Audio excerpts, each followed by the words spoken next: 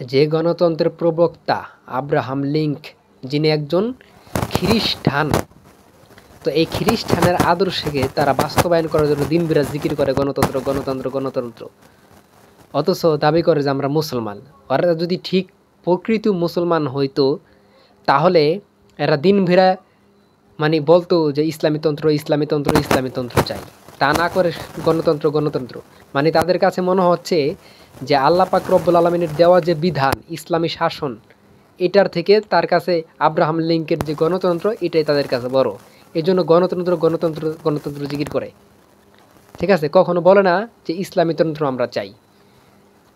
কারণ তারা যতই দাবি করুক যে তারা মুসলমান, কিন্তু এরা হলো নামদারি মুসলমান, মুনাফিক। মুনাফিক যদি না হতো তাহলে আল্লাহ পাকের দেওয়া আইন ইসলামী তন্ত্র ইসলামী শাসন এটাই হলো সব থেকে বড়। নবীজি সাল্লাল্লাহু আলাইহি সাল্লাম দেখানো যে শাসন এটাই হলো সব থেকে বড়। তারা যদি নবীকে আইডল মানত, তাকে যদি শ্রেষ্ঠ রাজনীতিবিদ শ্রেষ্ঠ মহামানব মানত, তাহলে শ্রেষ্ঠ মহামানবের শ্রেষ্ঠ যে আদর্শ এটা কি তারা বাস্তবায়ন করার চেষ্টা করত? ওই খ্রিস্টান আব্রাহাম লিঙ্কের ওই দেখানো গণতন্ত্র নিয়ে দিনবেলা গণতন্ত্র গণতন্ত্র গণতন্ত্র করতো না। কারণ আব্রাহাম লিঙ্কের অনেকে নাস্তিকও বলতো, ঠিক আছে? অনেকের মতে তিনি নাস্তিকও ছিলেন অনেকের মতে। তো ওই আব্রাহাম লিঙ্ক